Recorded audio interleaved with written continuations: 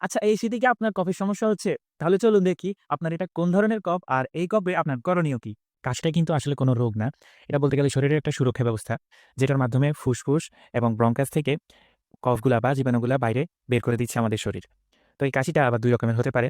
একটা হচ্ছে শুকনো কাশি বা ড্রাই কফ, যেখানে এই ময়লা আবর্জনা বা জীবাণুগুলো আমাদের শ্বাসনালীকে কন্টিনিউয়াসলি ইরিটেট করে। ইরিটেট করার কারণে গলার মধ্যে একটা খুসখুস ভাব হয় এবং খুসখুস করে কাশি হয়। আর দ্বিতীয়টা হচ্ছে ভেজা কাশি, যেখানে আমাদের এই শ্বাসনালী থেকে মিউকাস নামের তরল পদার্থটা সবসময় সিক্রেট হয়। আর এই তরল পদার্থটাই হচ্ছে আমরা কফ হিসেবে দেখি। কাশিটা যদি ২১ দিন থেকে কম হয়, যেটার কারণ হতে পারে ঠান্ডা লাগা অথবা অ্যালার্জি। আর কাশিটা যদি ২ মাস থেকে বেশি হয়, যেটার কারণ হতে পারে ধূমপান, হাঁপানি বা গ্যাস্ট্রিকের সমস্যা বা অন্য কোনো জটিল সমস্যা। তো কাশি হলে আসলে আমাদের করণীয় কি?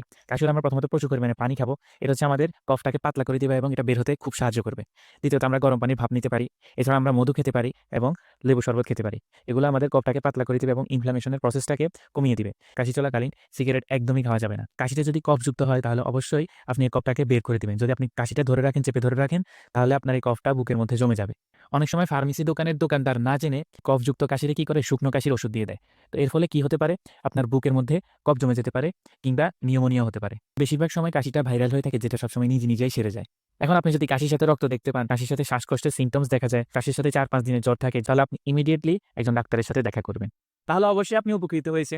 তো এমন আরো ভিডিও পেতে এই পেজে ফলো দিয়ে রাখুন।